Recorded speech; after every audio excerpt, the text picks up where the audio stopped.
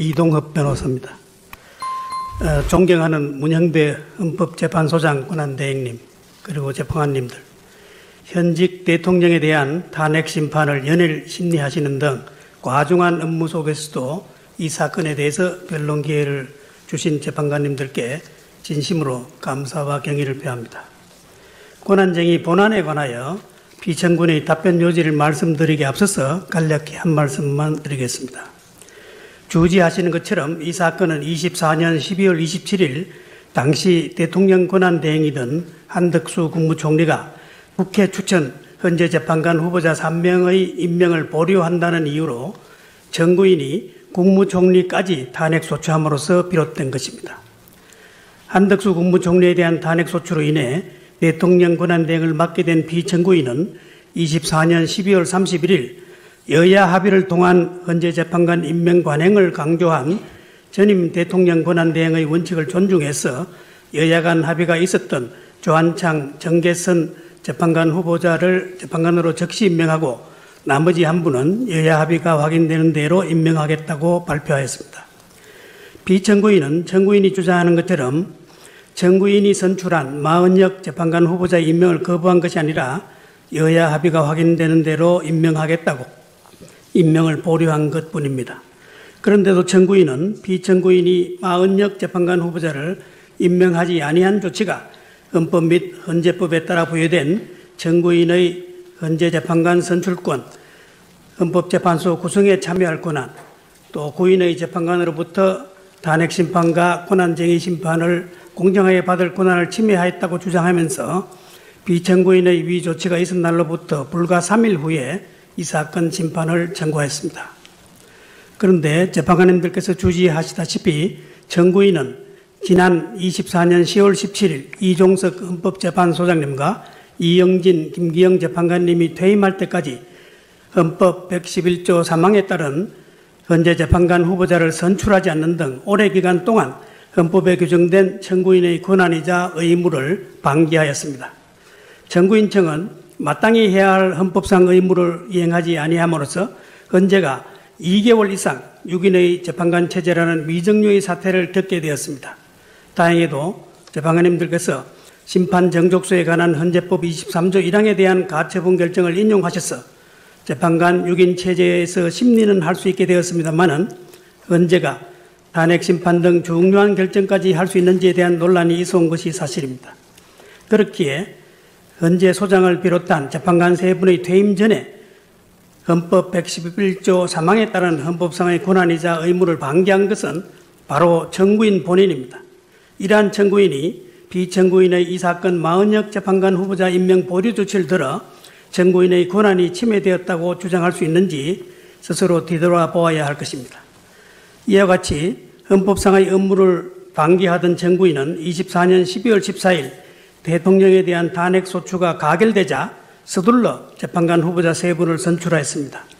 그 3분의 재판관 후보자들에 대한 대통령 권한대행이던 한덕수 국무총리가 12월 26일 임명을 보류하자 곧바로 당일 국무총리에 대한 탄핵소추를 발의하여 그 다음날 여당 의원들이 불참한 가운데 재석 야당 의원 192명 만장일치로 한덕수 국무총리에 대한 탄핵소추가 가결되었습니다.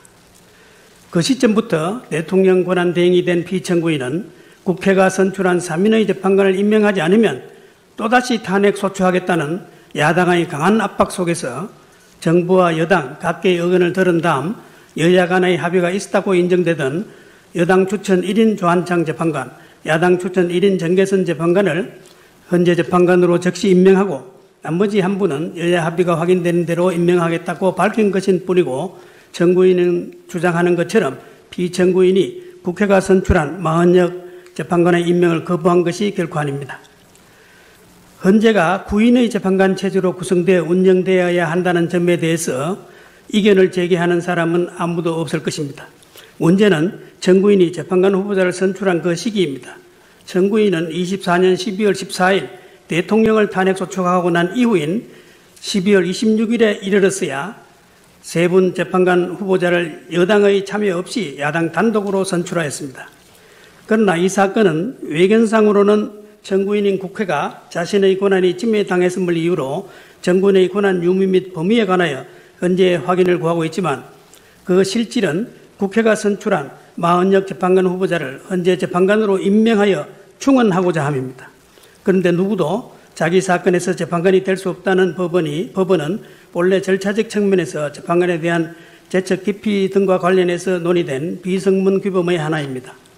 이러한 여러 법리들과 판례 등을 종합해 보면 헌재 재판관 임명 여부에 관한 판단 자체를 헌법 해석에 관한 최종적인 권한을 지니고 있는 헌법재판소가 판단하는 것은 헌법재판소의 자기완결적 행위에 해당되고 이는 절차적 정의 원칙상 문제가 있으므로 이해관계에 있는 기관으로서 이에 대한 판단 및 권한 행사를 가급적 자제할 필요가 있다는 견해도 있음을 존경하는 재판관님들께서 유념해 주시기 바랍니다. 본안에 관한 상세한 답변은 공동소송대리인에 대해서 설명드리겠습니다만은 요점만 간단히 말씀드리겠습니다. 첫째, 정부인의 청구 취지 1항은 피청구인의 부작위로 정부인의 헌법상 재판관 선출권 또 헌재 구성권이 침해한 것이라고 주장하고 있습니다. 그러나 피청구인에게 헌법상 법률상 자기 의무가 인정되지 않는 이상 피청구인의 부작위에 의한 권한 침해를 다투는 권한쟁의 심판은 허용되지 않는다고 하는 것이 현재의 확립된 판례입니다.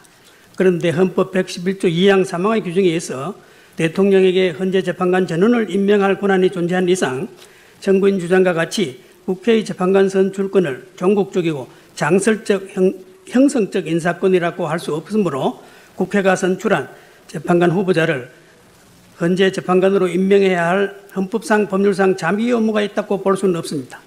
따라서 피청구인의 부작위에 의한 권한 침해를 다투는 권한쟁의 심판은 허용되지 않는다고 하겠습니다.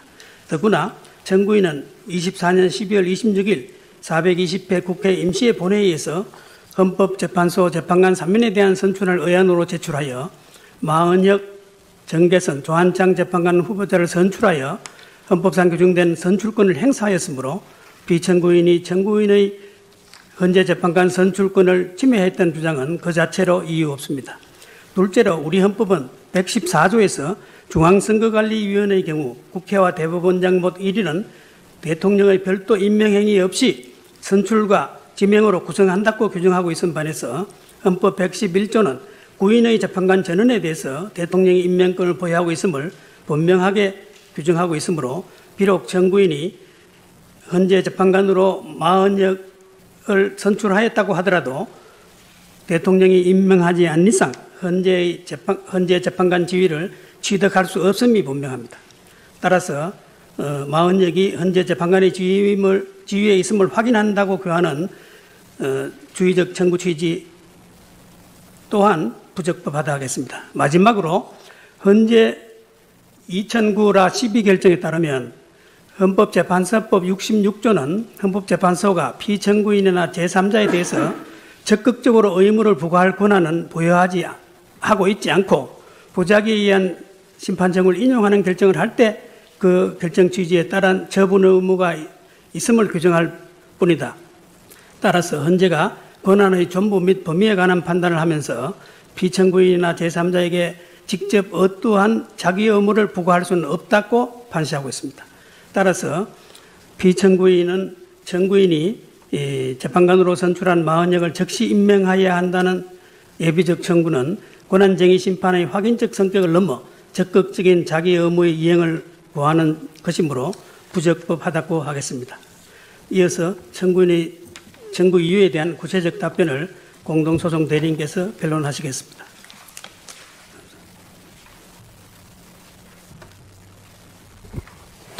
네, 피청구인 대리인 임성근 변호사입니다.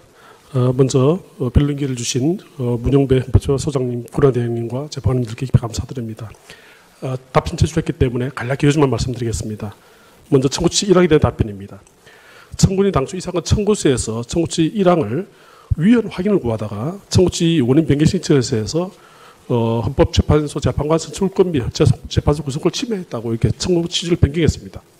피청구인 대리인은 이 변경 신청서를 지난주 1월 16일에 뒤늦게 송달을 받아서 있는데 1월 당일에 이미 이 사건 답변 소환에 대해서 대통령 권한대행이 보고를 마친 상태였기 때문에 지난 1월 17일 제출한 답변서에는 변경전 청구치에 대한 답변이 기재되어 있음을 재판장님께 널리 양해해 주시고 지금 이 변론으로서 변경된 청구치 1항에 대한 답변으로 가름하고자 합니다. 우선 청구인 주장과는 달리 피청구인은 청구인의 헌법재판소 재판관 선출권 및 헌법재판소 구성권 침해한 바가 없기 때문에 변경된 청구치 1항은 이유 없이 결과되어야 될 것입니다. 답변서 국민위에서 상세히 설명드린 바와 같이 헌법재판소 출범 이후에 3인 재판관 중 통상 1인은 여당 추천, 1인은 야당 추천, 1인은 합의하에 추천되어 온 것은 분명한 관행입니다. 이는 2000년 이후 3기 헌법재판소 구성부터 이어져온 국회의 오랜 정치 관행입니다. 네. 그런데 22대 국회에서 원내 1당인 더불어민주당이 2사람 또 국민의힘이 한 사람을 추천한다고 주장을 했고 반면에 국민의힘은 종전관례처럼 여당 1인 야당 1인 여야 합의 1인으로 하ян다 줄다리를 하다가 헌법재판소장은 적어도 여당 또는 대통령이 추천하는 전현직 헌법재판관 중에서 임명하되 국회 다수 의석을 점하고 있는 더불어민주당 측에서 여당 또는 대통령이 추천한 사람을 동의한 것에 대한 논의를 하다가 합의에 이르지 못했다고 합니다. 이후에 2024년 12월 12일 새로이 선출된 국민의힘 권순동 원내대표와 더불어민주당 박진대 원내대표가 헌법재판소 재판관 후보자 선출과 헌법재판소장에 대한 논의를 하였는데 더불어민주당 박진대 원내대표가 추경호 전 국민의힘 원내대표의 이러한 논의 내용을 부인하면서 헌법재판소장에 대한 논의를 하지 않고 일방적으로 헌법재판관 후보자 선출만 고집했다고 합니다. 이런 이유로 2024년 12월 12일 이후에 국민의힘 의원들은 의원총회에서 재판관 후보자들의 인사청문회에 불참하게 됐고 본회의 표결에도 불참했습니다. 따라서 본 사안에 대해서 여야 간 합의가 있다는 청구인의 청구유예서의 주장은 사실과 달라 타당하지 않습니다. 다음으로 청구인의 주권은 침해되었거나 침해될 현장 위험이 있다 볼 수가 없습니다. 청구인은 2024년 12월 26일 제420회 국회 임시 본회의에서 헌법재판소 재판관 3인을 선출해서 헌법상 규정된 선출을 행사했습니다. 피청구인은 그 선출 행사가 여야 간 합의를 통해 적절하게 이루어진 것인지 알 수 없다는 이유로 마흔여 재판관 후보자 임명을 보류했을 뿐이기 때문에 이러한 피청구인의 조치가 국회가 가지는 선출권 행사를 불가능하게 하거나 방해함으로써 그 권한을 침해했거나 침해할 현저한 위험이 가능성이 있다고 볼 수 없습니다. 따라서 이 부분 청구치 1항은 이유가 없으므로 기각되어야 될 것입니다. 다음으로 청구치 2항에 대한 답변입니다. 98 흥나 3결정 등 헌법재판소 판례에 따른다면 피청구인의 부작위로 인하여 청구인의 권한이 침해되었다는 권한쟁의 심판이 허용되기 위해서는 피청구인의 헌법상 또는 법률상 자기 의무가 있음에도 피청구인의 그러한 의무를 다하지 않은 경우여야 합니다. 그런데 이 사건은 앞서 말씀드린 것과 같이 지금 피청구인 입장으로서는 임명을 한 분을 보류한 것일 뿐이지 결코 헌법재판관을 임명하지 않겠다고 거부한 것이 아닙니다. 여야 합의가 확인되는 대로 임명하겠다고 분명한 발표를 하셨습니다. 더구나 헌법 111조 1항 2항 3항은 헌법재판소 재판관 구인은 오로지 대통령만 임명할 때 분명 밝혀있기 때문에 헌법재판소 재판관은 대통령이 임명하여야 비로소 헌법기관으로서 그 역할과 책임을 수행할 수 있을 뿐입니다. 그래서 그 자체로 국회가 선출한 3인이 바로 헌법재판소 재판관으로서 지휘를 지도할 수 없기 때문에 이런 청구인 주장, 주의적 청구 주장은 그 자체로 부적부하거나 이유가 없습니다. 헌법 111조에 따르면 구인 헌법재판소 재판관 중 3인은 국회 선출하고 대법원장이 3인을 지명하게 되어 있습니다만은 이들 어차피 구인의 재판관 전원에 대해서 대통령이 임명권을 보유하고 있기 때문에 단순히 국회에서 다수결 의석에 따라서 재판관 선출했다고 해서 바로 지휘를 지도할 수가 없고 대통령 임명행위 있어야 비로소 재판관 지휘를 지도한다는 점을 다시 한번 말씀드립니다. 그렇기 때문에 피청구인이 국회가 공식이 된 재판관 후임자를 선출할 자를 임명함에 있어서 준수해야 될 기간에 대해서는 헌법에도 아무리 규정이 없습니다. 다만 헌법재판소법 6조 3만 4항에서 피청구인 후임 재판관 임명 시한에 관해서 재판관 임기가 만료되거나 정리에 도래한 경우에는 임기 만료일부터 정년 도래일까지 임기 중 재판관이 결연된 경우에는 결연된 날로부터 30일 이내에 후임 재판관 임명한다는 규정을 뿐입니다. 그런데 헌법재판소는 이 규정들을 훈시 기준으로 보고 있기 때문에 청구인이 주장한 바와 같이 헌법재판소 재판관을 즉시 임명해야 한다는 구체적인 자기 의무가 돌출될 수 없습니다.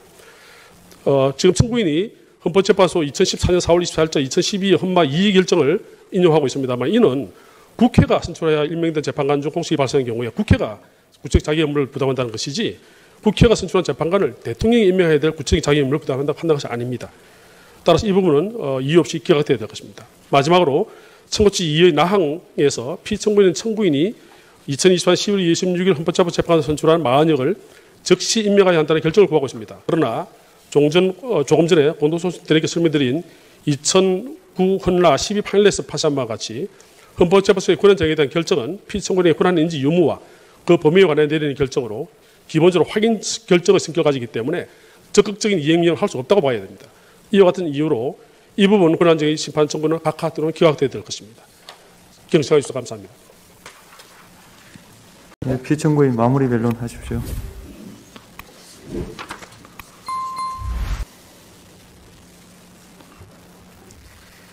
지금 대한민국은 내부 외환에 휩싸여 있습니다. 24년 12월 3일 대통령의 비상계엄 조치 이후 같은 달 14일에 대통령 탄핵 소추가 국회에서 가결되어 국무총리가 대통령 권한대행이 되었습니다.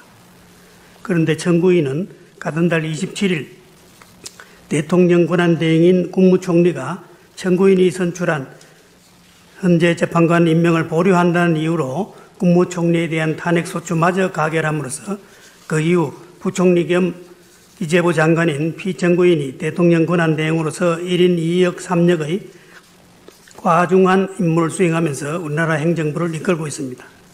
이와 같이 지난해 12월 3일의 대통령 비상계엄 조치로 인하여 대통령뿐만 아니라 그 이후 심지어 대통령 권한대행이던 한덕수 국무총리까지 탄핵소추되어 직무가 정지되는 바람에 헌정질서의 위기가 초래되었고 이로 인해 대한민국의 외교적, 국제적 위상뿐 아니라 환율이 급등하고 심지어 외국 신용평가기관들은 대한민국의 국가신용 등급의 하락을 경고까지 하는 위기 상황에 이르렀습니다. 이러한 중차대한 시기에 이 권한쟁의 심판 사건은 대한민국 대통령에 대한 탄핵소추 이후 대통령 권한대행의 권한행사가 적절하게 되고 있는지에 관한 중요한 사건이고 심지어 외국에서조차 우리나라의 헌정질서 위기가 헌법이 정한 절차에 따라 질서정연하게 잘 극복되는지 여부에 대해서 지대한 관심을 가지고 있기도 합니다.